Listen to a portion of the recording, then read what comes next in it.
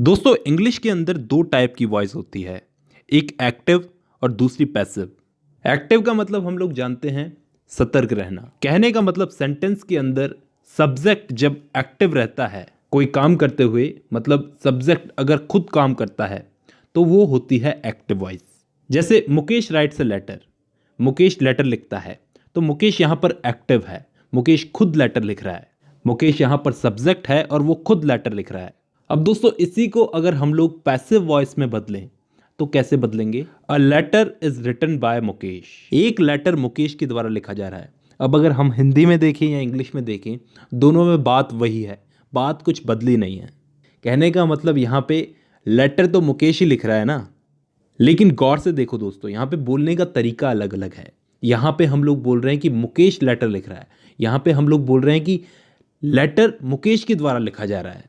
पहले वाले सेंटेंस में तो सब्जेक्ट एक्टिव है, यानी कि मुकेश एक्टिव है। दूसरे वाले सेंटेंस के अंदर वर्ब एक्टिव है, यानी कि उसके द्वारा जो काम किया जा रहा है वो काम एक्टिव है। यही होती है दोस्तों एक्टिव वॉइस और पैसिव वॉइस। मैं उम्मीद करता हूं यहां तक कोई डाउट नहीं है।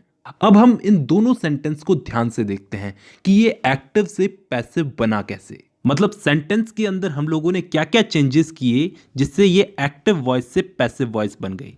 दोस्तों इस सेंटेंस में मुकेश पहले था और इस सेंटेंस में मुकेश आखिर में आ गया, और जहां पे एक लेटर था वो एक लेटर आगे आ गया।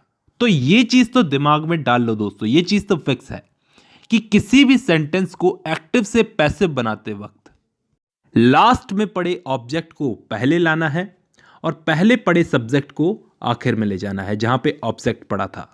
ये चीज बहुत सिंपल है, बच्चा भी समझ जाता है। तो यहां पे चेंजेस जो होंगे वो बीच में होंगे। कहने का मतलब यहां पे राइट्स बन गया इज रिटन। कहने का मतलब अगर हम सेंटेंस को एक्टिव से पैसिव में बदलेंगे तो वर्ब की फर्स्ट फॉर्म थर्ड फॉर्म में बदल जाएगी। यहां पे राइट वर्ब है तो इसकी थर्ड फॉर्म क्या होगी? रिटन। दोस्तों किसी भी सेंटेंस को हम लोग एक्टिव से पैसिव में बदलते हैं तो एक चीज और है जो यहां पे जुड़ती है, वो है ये बाय। आप एक्टिव वॉइस से पैसिव वॉइस में किसी भी सेंटेंस को बदलो, ये बाय को तो लगाना ही पड़ेगा। ठीक है, इतना समझ में आ गया। तो क्या सारे टाइप के सेंटेंस हमको ऐसे ही बदलने हैं क्या?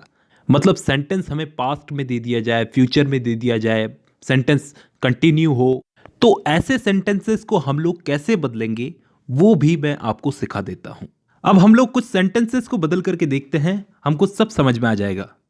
जैसे सबसे पहला सेंटेंस है ही राइट्स अ लेटर, तो इसको पैसिव में बदलेंगे तो a letter is written by him. यहां पे सारे नियम अप्लाई हो गए। अ लेटर पहले आ गया, इज रिटन थर्ड फॉर्म भी आ गई, बाय भी आ गया, लेकिन यहां पे ही हिम बन चुका है। वो सब आपको पता होगा क्योंकि यहां पे सब्जेक्टिव केस था और यहां पे ऑब्जेक्टिव केस है। दूसरा सेंटेंस है he does not write a letter. अब यहां पे सेंटेंस नेगेटिव में पूछा गया है, वही नियम अप्लाई करेंगे। अ लेटर पहले आएगा, is not written by him. यहां पर डज नॉट बदलकर बन गया इज नॉट, राइट की थर्ड फॉर्म लग गई रिटन और इसके आगे बाय हिम। नेक्स्ट सेंटेंस है ही रोट अ लेटर। अब यहां पे हमें सेंटेंस में क्या चेंज दिख रहा है कि यहां पे सेंटेंस पास्ट में पूछा गया है कि उसने लेटर लिखा। अब वही नियम हम लोग लगाएंगे, a letter was written by him. यहां पे दोस्तों वाज क्यों आया? क्योंकि यहां पे वर्ब की सेकंड फॉर्म थी। वर्ब की सेकंड फॉर्म है तो हमको समझ जाना चाहिए कि सेंटेंस पास्ट में है, तो ऑब्वियसली यहां पर वाज जुड़ेगा ही। A letter was written by him. अब सामने वाला एक और एक्टिव वॉइस रखता है आपके सामने जिसमें वो पूछता है he did not write a letter. मतलब यहां पे उसने नेगेटिव में पूछा है तो अब नेगेटिव में ही इसको जवाब देना पड़ेगा। करना कुछ नहीं है, हमको नॉट लगा देना है। A letter was not written by him. अगर यही चीज हमसे कोई फ्यूचर में पूछे, फ्यूचर एक्टिव वॉइस में पूछे he will write a letter, कि वो एक लेटर लिखेगा, इसको पैसिव वॉइस में बदलो। इसमें भी दोस्तों कुछ चेंज नहीं होगा, बस विल के आगे बी लग जाएगा, बाकी सारे नियम अप्लाई करेंगे।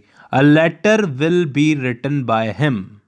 अब दोस्तों यही चीज उसने प्रेजेंट कंटिन्यूअस में पूछ ली, मतलब he is writing a letter, इसको बदलो, पैसिव वॉइस में। इसमें भी करना कुछ नहीं है, इसमें बीइंग जोड़ देना है। A letter is being written by him. अब यही सेंटेंस अगर पास्ट कंटिन्यूअस में पूछा गया है, मतलब he was writing a letter, past में वो लेटर लिख रहा था, इसको पैसिव वॉइस में बदलो। तो कैसे बदलोगे? इसमें भी बीइंग लगा देना है दोस्तों। A letter was being written by him. अब दोस्तों परफेक्ट टेंस में अगर इस चीज को पूछे कोई, मतलब प्रेजेंट परफेक्ट में पूछे he has written a letter, इसको बदलो। तो दोस्तों इसको सिंपली कुछ नहीं करना है, इसमें सिर्फ बीन जोड़ देना है। A letter has been written by him. और अगर पास्ट परफेक्ट में पूछे he had written a letter, इसको बदलो। तो दोस्तों इसको भी बीन लगा देना है। A letter had been written by him. तो यहां पे दोस्तों हमने टेंस के हिसाब से एक्टिव को पैसिव में बदला।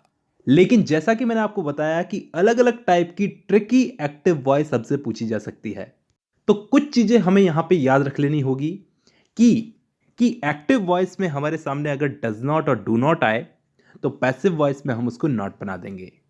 एक्टिव वॉइस में वर्ब की सेकंड फॉर्म हो तो पैसिव वॉइस में हम लोग वाज वर्ब का यूज करेंगे।